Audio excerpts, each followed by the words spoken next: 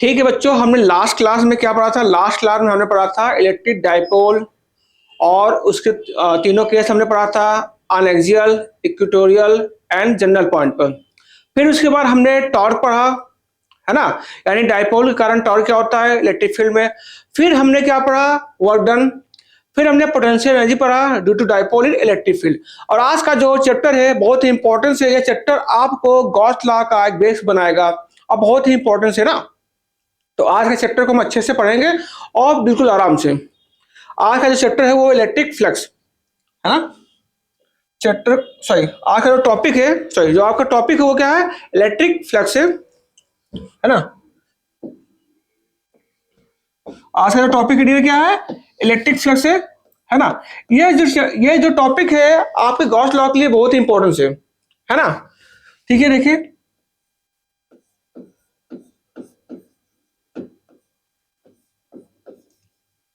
Electric flux.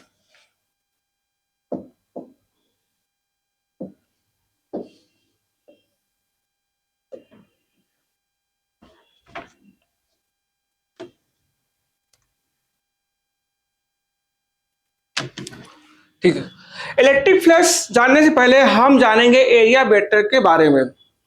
क्यों जानेंगे? Area vector हमारी बहुत हेल्प करेगा फ्लक्स को निकालने में, है ना। एरिया वेक्टर जानेंगे। हाँ, एरिया भी क्या होता है? वेक्टर होता है, बट जो उसका मैग्नीट्यूड होता है डियर, जैसे हम पहले निकालते आते थे वैसे ही निकालेंगे। बस यहाँ हम जो वेक्टर हमारा क्या शो करता है कि डायरेक्शन, है ना। पर हम यहाँ पर जो एरिया वेक्टर का हम यहाँ पे ये देखेंगे कि उसका डायरेक्शन कैसे लेंगे हम। अगर सरफेस हमारा कैसा हो, 2D हो और 3D हो। 2D का मतलब डियर है कि आपका ओपन सरफेस हो और 3D का मतलब ये है कि क्लोज सरफेस हो। तो उन दोनों में कैसे हम एरिया वेक्टर का डायरेक्शन लेंगे फ्रॉम द सरफेस। ठीक है डियर, देखते हैं, है ना।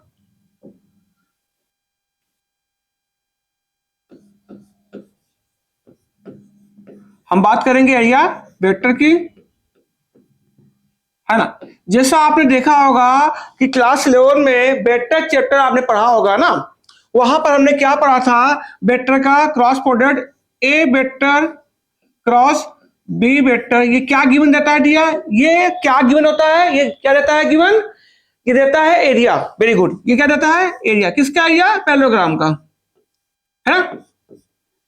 ऐसा नो, मतलब कि सपोज अगर हम बोले कि जो इसका रिजल्टेंट होगा ए क्रॉस बी का, वो क्या करता है डियर? वो ये शो करता है कि जो हमारा ये है कि परपेंडिकुलर टू द प्लेन, है ना, corresponding vector A and B, है ना।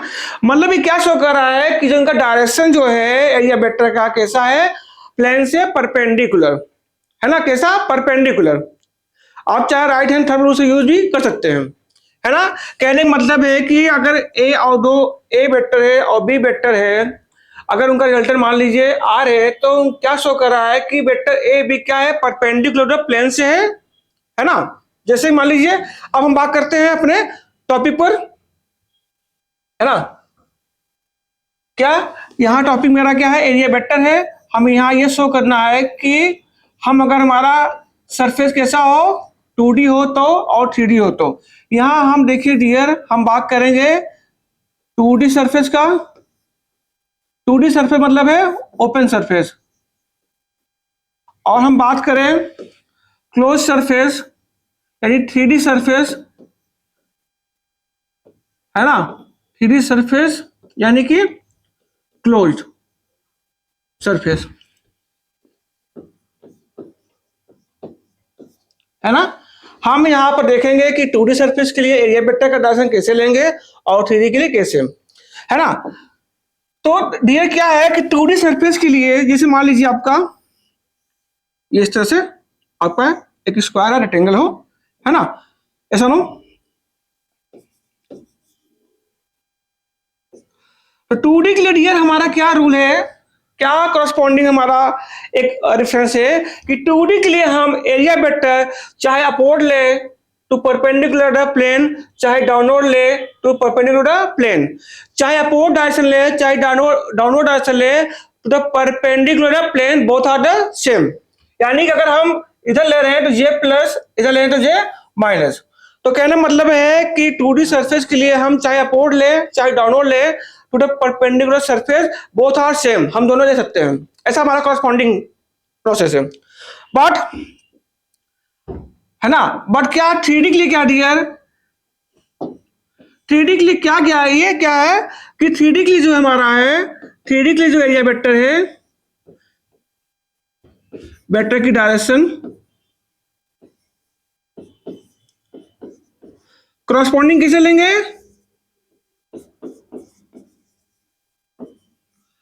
आउटवर्ड, है ना, outward to the surface, outward to the surface. बात समझे? जैसे कैसे समझिए, अगर कोई भी मान लीजिए आपका क्या है ये सरफेस दिया आपका, चलिए मान लीजिए इस तरह से, तो हम कहने का मतलब ये है डियर कि जो इसका डायरेक्शन लेंगे वो outward to the outward to the outward और to the plane of perpendicular surface, surface के आउटवर्ड लेंगे पर परपेंडिकुलर लेंगे, यानी इस तरह से, है ना, ऐसे सरफेस के परपेंडिकुलर टू आउटवर्ड डायरेक्शन। कहने का मतलब ये है कि 3D में जो डायरेक्शन लेंगे करस्पॉन्डिंग आउटवर्ड लेंगे सरफेस के, भी कैसा हो, परपेंडिकुलर हो। बात क्लियर है? अगर बात करें हम क्यूब की, जैसा आपका क्यूब ये है ना,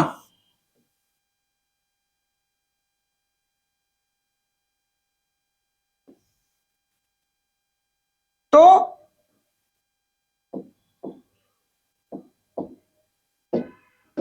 अगर हम इस तरह से बात करें तो इसका डायरेक्शन क्या होगा डियर, इसका होगा आउटवर्ड।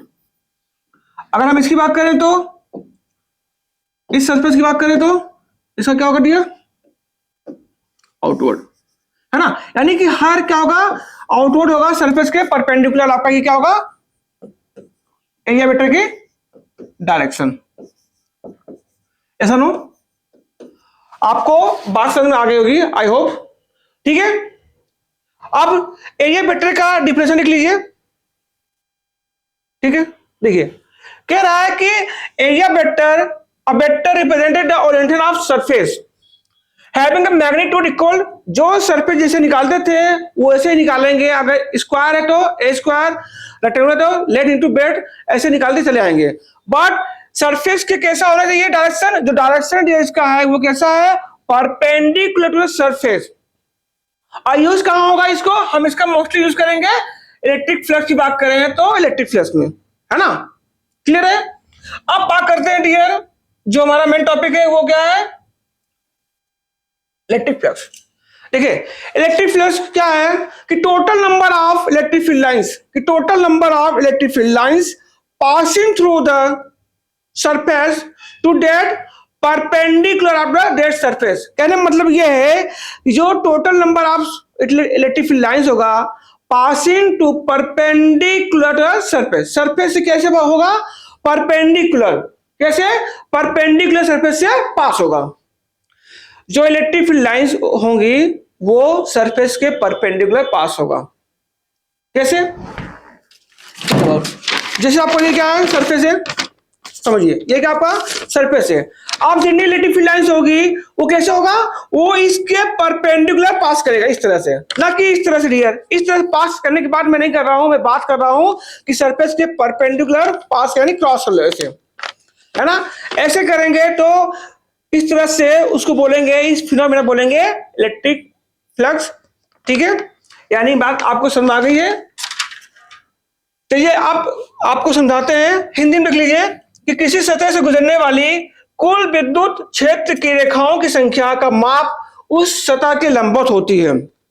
चलिए अब हम फ्लक्स के बारे में जानेंगे अच्छे से, जो आपको न्यूमेरिकल में काफी हेल्प करेगा, और बेसिक कॉन्सेप्ट समझेंगे, आपको फील कराएंगे कि फ्लक्स होता कैसे है और सरफेस से कैसे ये परपेंडिकुलर पास करती है। मैन हमको है यहाँ फील करना, है ना। और आपको ये बताएंगे कि फ्लक्स का जो फॉर्मूला हमारा है कैसे निकल के आता है, किस किस कंपोनेंट पर वो डिपेंड करता है, वो सबसे इंपॉर्टेंट है।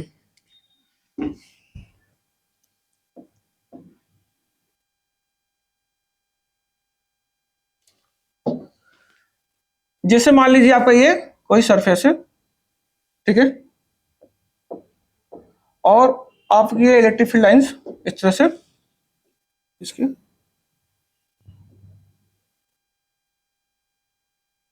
ऐसे,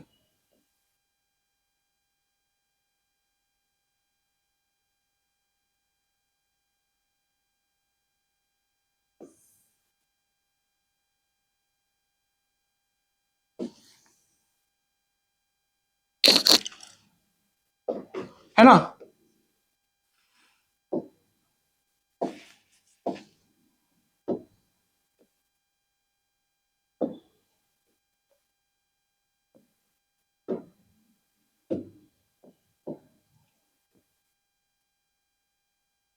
है ना, ये आपको क्या है, इलेक्ट्रिक फील्ड लाइन से, ये कोई आपका सरफेस है ना। अब आप देख रहे हैं कि इस सरफेस से डियर कैसे पास हो रहा है, ये परपेंडिकुलर पास कर रहा है ना। अब कितनी लाइन पास कर रहे हैं, 1 2 3, है ना। जितनी लाइन पास करेगी उतना आपका फ्लक्स होगा, ऐसा समझो, सिंपल लैंग्वेज में समझो, है ना, कि जितनी की लाइन पास होगी सरफेस से उतना आपका फ्लक्स होगा। एक लाइन पास की तो एक प्लस होगा, ऐसा समझो। तो इस सरफेस से कितनी परपेंडिकुलर लाइन जा रही है, 3, है ना, यानी फ्लक्स कितना होगा डियर, 3। अभी फील कीजिए मैं आपको क्या बता रहा हूं, वो बहुत जरूरी है। अब मान लीजिए आपका सरफेस इस तरह हो,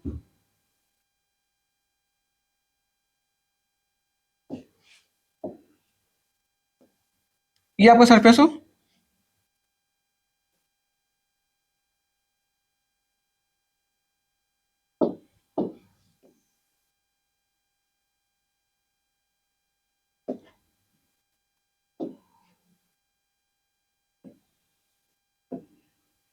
ठीक है, और ये इलेक्ट्रिक फील्ड लाइन आपकी है,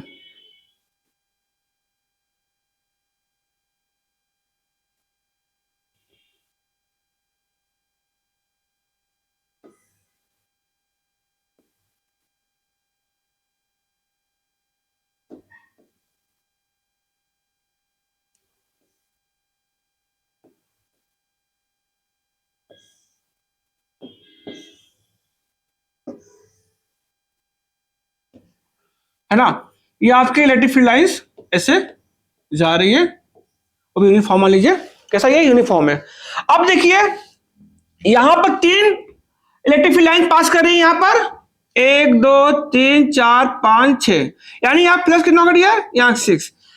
बात समझ में आई आपको, बात कहने का मतलब मेरा ये है कि फ्लक्स जो है वो इलेक्ट्रिक लाइन फेज पर डिपेंड कर रही है, किसी भी सरफेस से कितनी परपेंडिकुलर लाइन पास हो रही है उतना ही फ्लक्स होगा।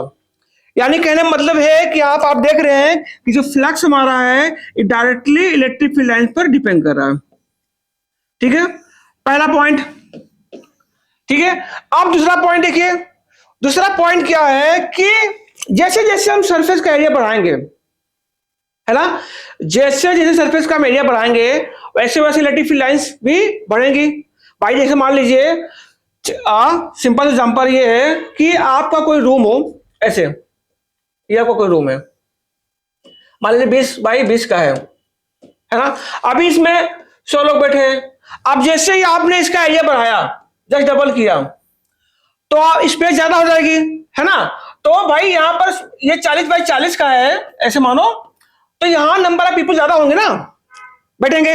वैसे ही क्या डियर, वैसे ही क्या है कि जैसे ही हम किसी भी सरफेस का एरिया बढ़ाएंगे वैसे भी इलेक्ट्रिक फील्ड लाइन ज्यादा पास होगी, तो फ्लक्स ज्यादा पास होगा। एग्जांपल समझते हैं, देखिए अभी मान लीजिए ये क्या है, इसका सरफेस 1 है, और ये इस तरह से सरफेस हम आपको इस तरह से बड़ा कर दे रहे हैं, है ना, ठीक है। अब ये आपका सरफेस एरिया 1 मान लीजिए, ये आपका सरफेस एरिया 2 है, और इलेक्ट्रिक फील्ड आपका ये है इस तरह से, मान लीजिए यूनिफॉर्म जा रही है ना, ऐसे सरफेस से परपेंडिकुलर पास हो रही है, यानी 1 2 3 4 5 6, यानी यहां फ्लक्स कितना है, 6 है। अब हम क्या कह रहे हैं कि ऐसे आपका यहां से पास हो रही है ना,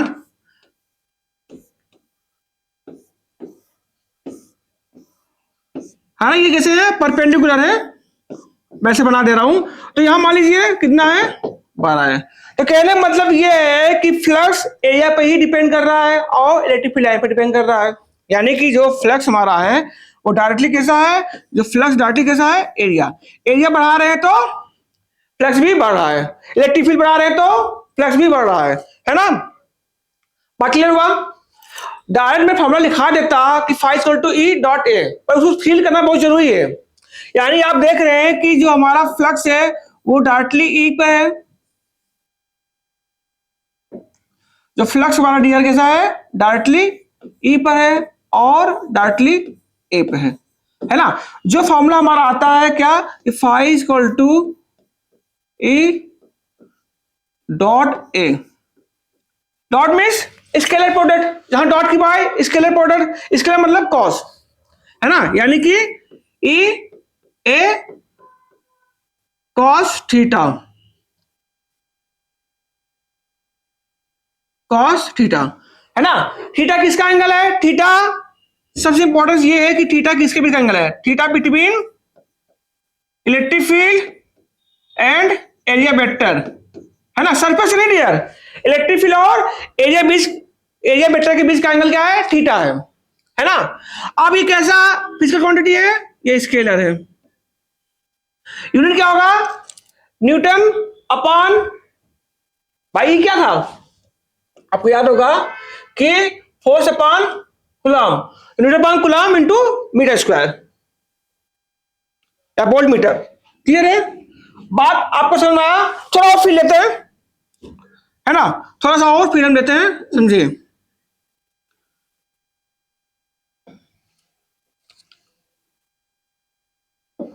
चलिए ये आपका क्या है, एक सरफेस है, ऐसा समझिए, ठीक है। और इलेक्ट्रिक फील्ड आपकी कैसी जा रही है, ऐसे, इस तरह से।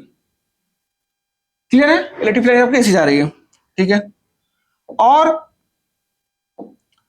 आपको पता है कि ये कितना बड़ा एंगल, थीटा मान लीजिए, कहां से, एरिया वेक्टर से, है ना। कितना बड़ा एंगल ये थीटा, ऐसा नो, ऐसा नो। एंगल क्या है, एरिया वेक्टर और इलेक्ट्रिक फील्ड के बीच का एंगल है, थीटा क्या है, इनके बीच का एंगल। अब हम ये देखेंगे बेटा कि हम आपको ये बता रहे हैं, ऐसे न्यूमेरिकल आपके नीट में और जेई में आए हैं, हम आपको ये बता रहे हैं कि कौन सा इलेक्ट्रिक फील्ड का कंपोनेंट लेंगे कि एरिया वेक्टर के अलोंग हो, वो आप बता रहे हैं, ठीक है। अब देखिए आपका एक होगा ई कॉस थीटा, एक आपको क्या होगा डियर, ई साइन थीटा, ऐसा नो, एरिया वेक्टर। अब आप मुझे बताइए कि इलेक्ट्रिक फील्ड का ऐसा कौन सा कंपोनेंट होगा कि इस सरफेस के परपेंडिकुलर होगा, इलेक्ट्रिक फील्ड का ऐसा कौन सा कंपोनेंट होगा कि इस सरफेस के परपेंडिकुलर होगा। तो आप खुद देखिए, अगर इस तरह से समझिए,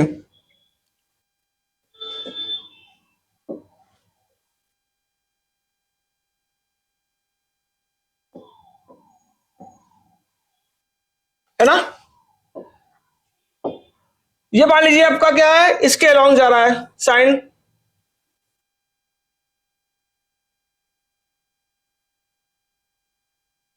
है ना। और डियर ये वाला ऐसे जा रहा है, कॉस, कॉस कंपोनेंट, आप देख रहे हैं कॉस कंपोनेंट ऐसे जा रहा है ना,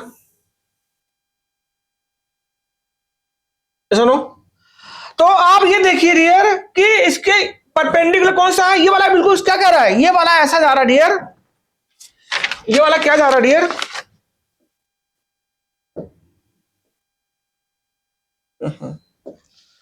ये वाला जो है समझिए, जो क्या हो गया,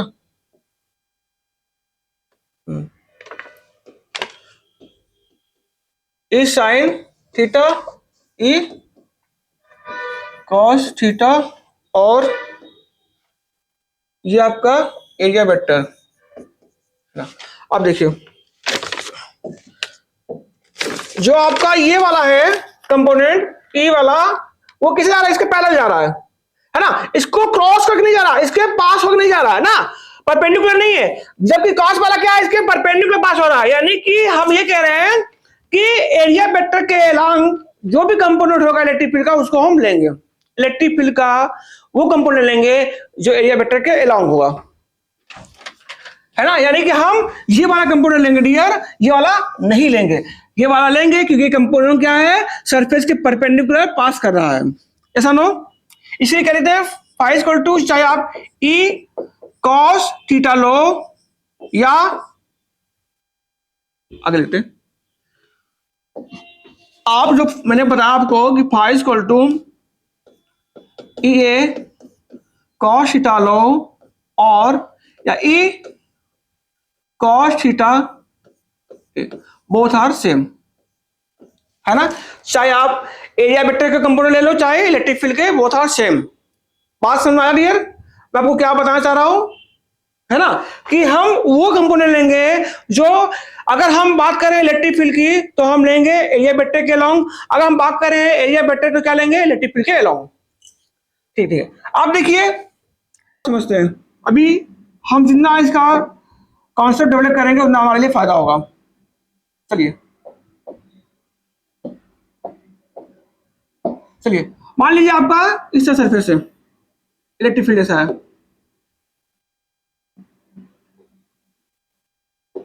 ठीक है, और ये आपका 3D सरफेस के लिए एरिया वेक्टर ऑलवेज आउटवर्ड, ऐसे, है ना। ये आपका एंगल बना रहा है, ऐसा नो, ये आपका एंगल बना रहा है। अब मैं आपको क्या सिखा रहा हूं कि कौन सा कंपोनेंट लेंगे, ये आपका क्या होगा बताइए, समझिए, यही कॉस थीटा और ये साइन थीटा, या फिर हम क्या करें, एरिया तोड़ देते हैं, ये क्या होगा, ऐसे देखिए, ई cos theta E sine theta, जो चाहे ले ले। बात समझिए हम क्या कह रहे हैं, हमारा कहने मतलब है हम इलेक्ट्रिक फील्ड का वो कंपोनेंट लेंगे जो एरिया के अलाउंग हो। बात समझिए, इलेक्ट्रिक फील्ड का वो कंपोनेंट लेंगे जो क्या होगा, एरिया वेक्टर के अलाउंग होगा, ऐसा नो। तो ये वाला क्या करेगा डियर, ऐसे अगर जाएगा डियर, देखिए समझिए, क्या इसको क्रॉस करेगा, ये वाला कंपोनेंट नहीं, ये वाला क्या कर रहा है, इसको क्रॉस कर रहा है, ऐसा नो। ओके डियर,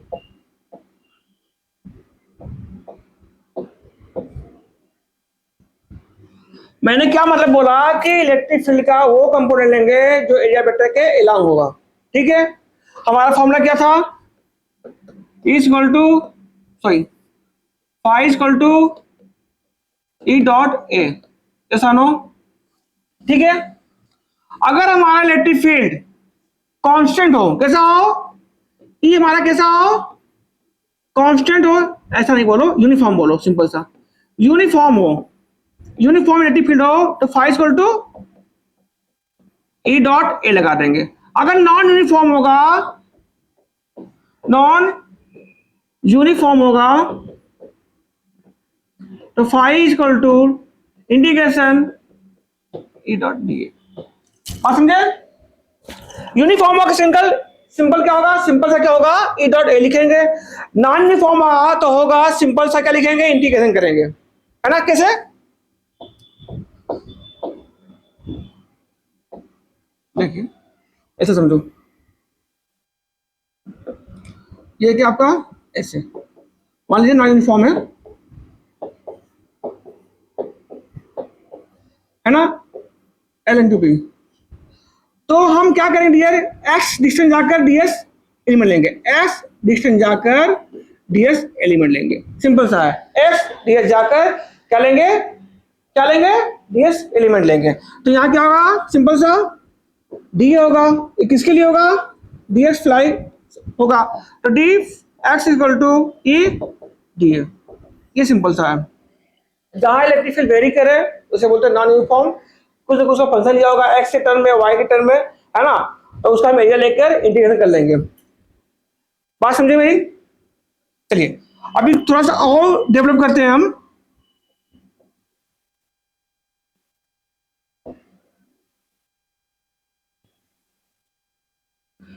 समझिए ऐसे, अगर मान लीजिए इस तरह से आपका है ऐसा नो, और डियर आपका इलेक्ट्रिक फील्ड ये हो गिवन हो, समझिए आप,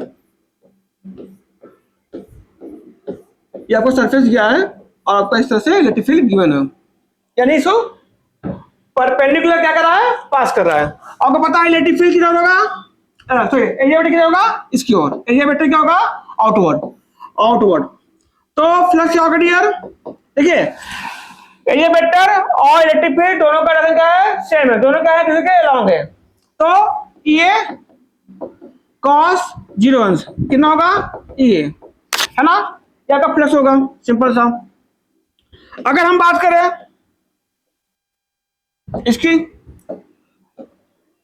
है ना, और ये आपका क्या दिया हो, इलेक्ट्रिक फील्ड, समझिए इस तरह से इलेक्ट्रिक फील्ड दिया हो, तो फ्लक्स क्या होगा डियर, सिंपल सा, ई पाई आर स्क्वायर, है ना, ई पाई आर स्क्वायर, ठीक है। अगर हम बात करें डियर इस तरह से, जैसे, है ना,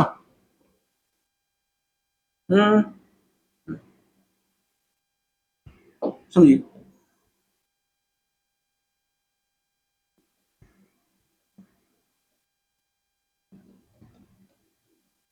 ये दिया एंगल आपका, ऐसे एंगल दिया हो, मान लीजिए एंगल कितना दिया है, 30, है ना, कितना दिया हो, 30, तो फ्लक्स क्या होगा, फ्लक्स क्या होगा डियर, थीटा क्या होता है, एंगल बिटवीन, थीटा क्या होता है, angle between area vector and electric field line, theta क्या है, एरिया वेक्टर के और इलेक्ट्रिक फील्ड लाइन के बीच का एंगल होता है। अब आपका ये इलेक्ट्रिक फील्ड डियर, है ना, तो ई ए कॉस थीटा, अब यहां देखना है कि थीटा कितना लेंगे डियर, ये इंपॉर्टेंस है, थीटा कितना लेंगे। आपका एरिया वेक्टर क्या होगा, आपका एरिया वेक्टर ये होगा इधर, यानी ये कितना कितना है 90, ये कितना होगा डियर 60, है ना, यानी ई ए कॉस 60, यानी ई पाई आर स्क्वायर 1/2, ये आपका फ्लक्स होगा, है ना, ये आपका फ्लक्स होगा। और देखिए क्वेश्चन, जैसे ये देखिए क्वेश्चन है ऐसे, और ये आपका फ्लक्स ऐसे,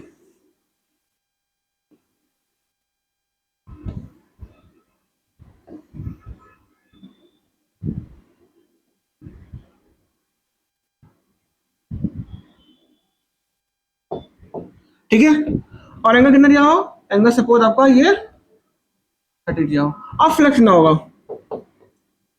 अब फ्लक्स क्या होगा, ये cos 60, ये cos 30, अब बेटा जीरो होगा।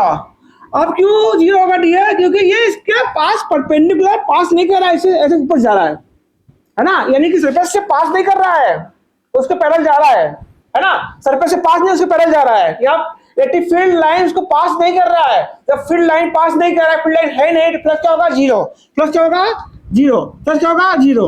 अगर नहीं है तो ऐसे से कर लो, चलो बाय फॉर्मूला, चलो ये आपका क्या होगा इधर, अब ये इलेक्ट्रिक फील्ड इधर क्या होगा, ए कॉस 30, और इसके परपेंडिकुलर क्या होगा डियर, ए साइन 30, है ना, तो ई कॉस 30 आई कैफ प्लस ई साइन 30 जे कैफ, और ये क्या होगा डियर, के कैफ, ऑटोमेटिक जीरो होगा, कंपोनेंट कभी करो तो जीरो होगा, ऐसा नो, क्लियर है, ओके डियर। अब चलते हैं इसके न्यूमेरिकल के कॉन्सेप्ट पे।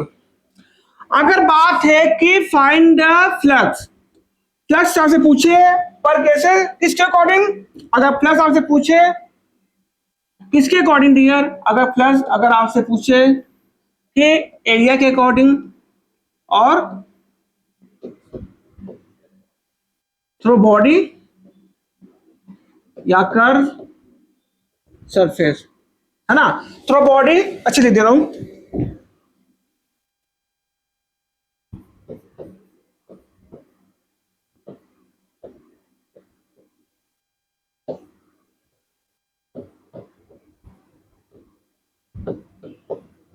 सरफेस, और ये ठीक है। पहले इसको देखते हैं डियर, चलिए समझते हैं इसको। जैसे आपका ये है, ठीक है, ये आपका जीवन है,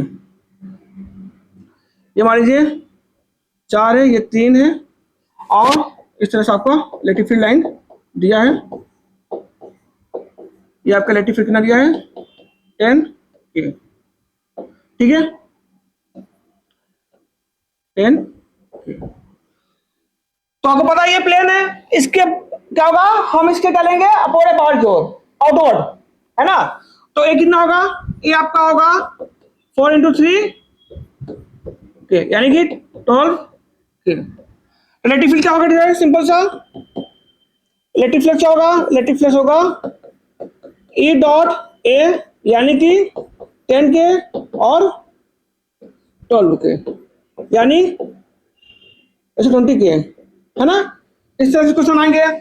या डियर अगर आपसे क्वेश्चन बोल दें कि फ्लक्स निकालना है, आपको पता है ये डॉट प्रोडक्ट है, तो ई अगर आपको इस तरह दिया हो ई एक्स आई के प्लस यू आई जे के प्लस ई जेड के, तो एरिया वेक्टर क्या होगा डियर, ऐसे देखिए ए एक्स आई के एफ ए वाई जे के एफ ए जेड के एफ, ऐसे आप ले सकते हो डॉट प्रोडक्ट से। या क्वेश्चन आपसे दिया ऐसे पूछ ले, है ना, कि ई इक्वल टू 10x ऐसे के एफ, है ना, और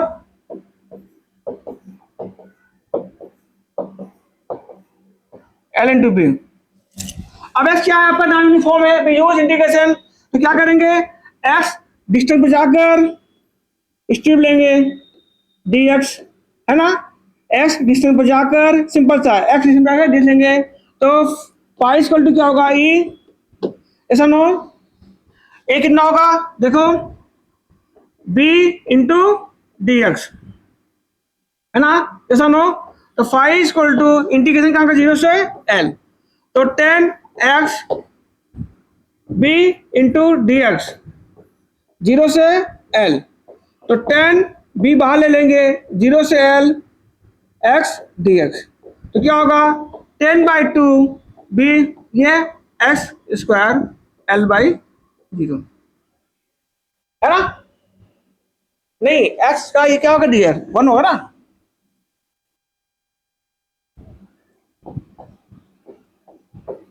ये आपका इस तरह से थोड़ा एरिया आएगा, क्लियर है ना। अब चलते हैं थोड़ा बॉडी, बहुत इंपॉर्टेंस है ये आपका, बहुत ही इंपॉर्टेंस है कि जो फ्लक्स आपका हो,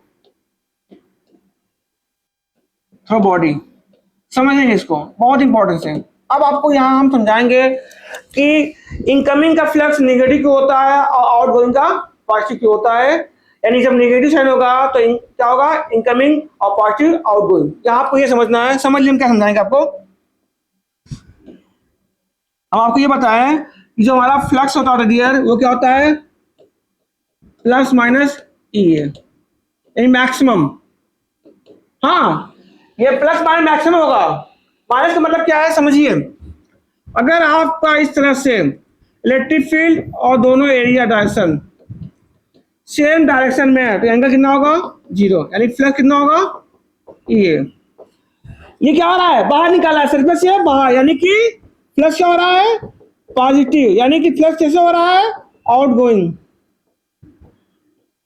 सरफेस से आउटगोइंग जा रहा है। अगर यही बात हम करें कि आपका इलेक्ट्रिक फील्ड ऐसा और आपका एरिया वेक्टर ऐसा हो, यानी कि एंगल कितना हो फाइव, फाइव कितना होगा माइनस ई है, यानी कि निगेटिव, यानी कि क्या हो रहा है इलेक्ट्रिक फील्ड इनकमिंग, है ना, यानी जैसे हमारे रूम के अंदर आएंगे तो आपका फ्लक्स क्या होगा नेगेटिव, रूम से बाहर जाएंगे तो पॉजिटिव, ऐसा है। इलेक्ट्रिक फील्ड अगर आ रही है तो नेगेटिव, जा रही तो पॉजिटिव, किसके एरिया वेक्टर के अलाउंग, समझिए, है ना। जैसे ये समझ लीजिए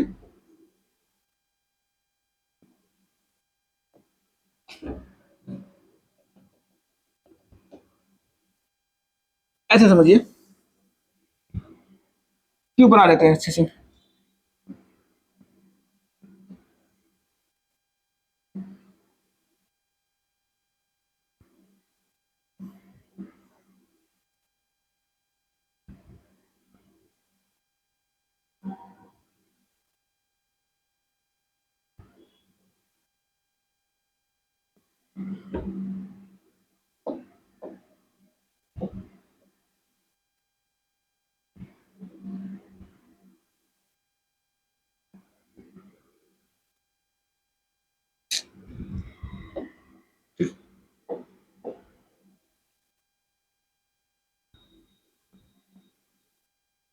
जेड एक्स और ये आपका वाई है ना, ये एल, ये मान लीजिए बी है, एल है, ये आपका एच है ना, समझिए ऐसा। अगर हम बात करें केवल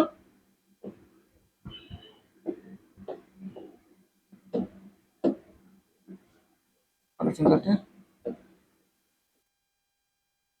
हम बात करें केवल इस सरफेस की।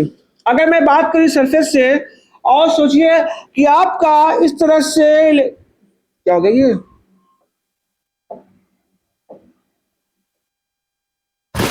हम बात करें कि इस तरह सरफेस आपका इलेक्ट्रिक फील्ड लाइन जा रही है ना, जा रही है। आपको पता है कि आपका जो है क्या होगा, ये वेक्टर जस्ट आउटवर्ड इसके आउटर होगा भाई, ये इधर से ना लाइन निकल रही है, जितनी लाइन आ रही है ना लाइन निकल रही है। आपको पता है कि डियर कि एरिया वेक्टर क्या होता है, सरफेस के आउटवर्ड।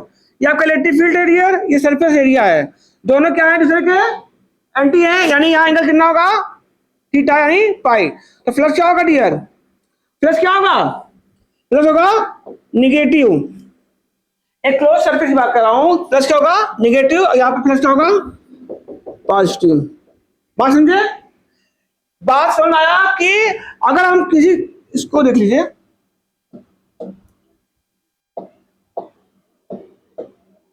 है ना, इस तरह से किया कि जितना इलेक्ट्रिक फील्ड आ रही है ना जा रही है। आपको पता है कि एरिया वेक्टर क्या होता है, सरफेस के आउटवर्ड डायरेक्शन में परपेंडिकुलर। तो ये क्या है, ये इस तरह से इलेक्ट्रिक फील्ड इसके बाहर जाएगा, इसके अलोंग इसके अपोजिट। एंगल क्या होगा, यहाँ पर एंगल लिया, क्या हो रहा है ये,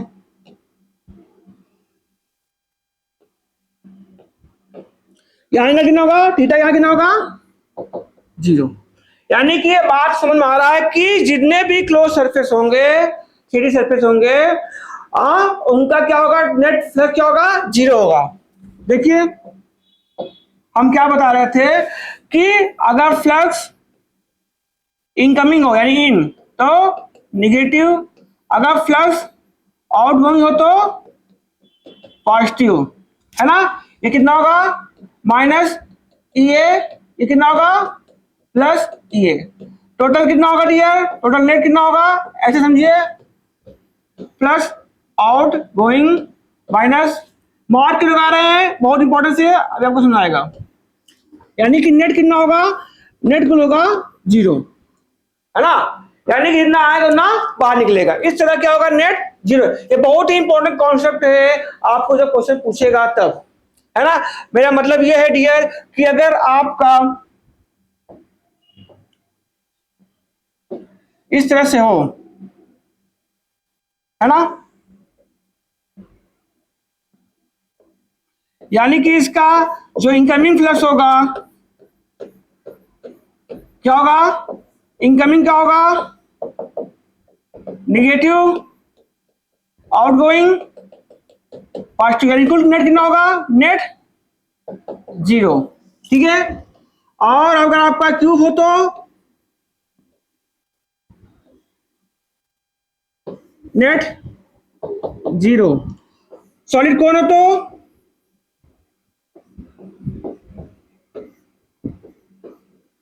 क्या होगा नेट 0। एमी से इस तरह से हो तो, एमी से इस पर तो वो भी क्या होगा नेट 0। एमी स्पेक्ट्रल तो क्या नेट होगा 0, सरफेस होगा तो क्या होगा स्पेक्ट्रल 0, यानी जितने भी इस तरह से हैं तो क्या होगा सबका 0 होगा, है ना। नेट फ्लक्स क्या होगा 0। अब चलते हैं क्वेश्चन समझिए जैसे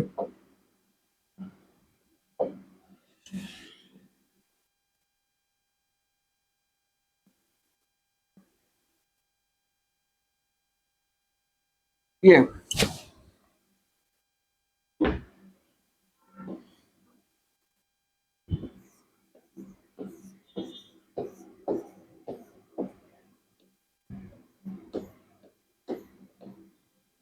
है ना। अब आपसे क्वेश्चन आपको पता है कि इसका नेट फ्लक्स क्या होगा 0। अब कह रहा है find the flux of curve surface, find the flux of curve surface. अगर डियर हम सोचिए अगर हम इस तरह निकाले, अगर इस पॉइंट पर देखें तो इसका इलेक्ट्रिक फील्ड ऐसे डायरेक्शन क्या होगा ये एंगल थीटा 1 है ना, इलेक्ट्रिक फील्ड वाली 1 ऐसे थीटा 1, तो यहाँ +1 +2 प्लस, यानी हर एक पॉइंट का क्या होगा एरिया में टर्न होगा, A1 होगा A2 A3 A4, electric field A1 A2 A3 theta 1 1 2 3 4 सबका प्लस होगा। ऐसे करते जाएंगे तो बहुत बड़ा क्या होगा कंफ्यूजन हो जाएगा, क्या करें। पर हमको एक कॉन्सेप्ट पता है कि कुल नेट फ्लक्स क्या होता है 0, जाने वाले का नेगेटिव आने वाले का पॉजिटिव। तो हम क्या करेंगे डियर इसका निकाल लेंगे, हम इस कर्व का निकालेंगे, इसका निकाल लेंगे फ्लक्स, है ना। तो क्या होगा flux phi equal to A cos theta, है ना।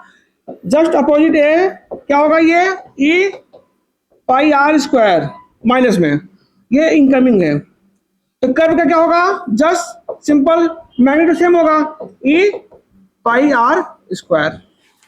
बात समझ आया। अब चाहे सॉलिड कौन का है इस तरह से आपसे पूछे, इसका भी कितना आएगा फ्लक्स कर्व का ई पाई आर स्क्वायर।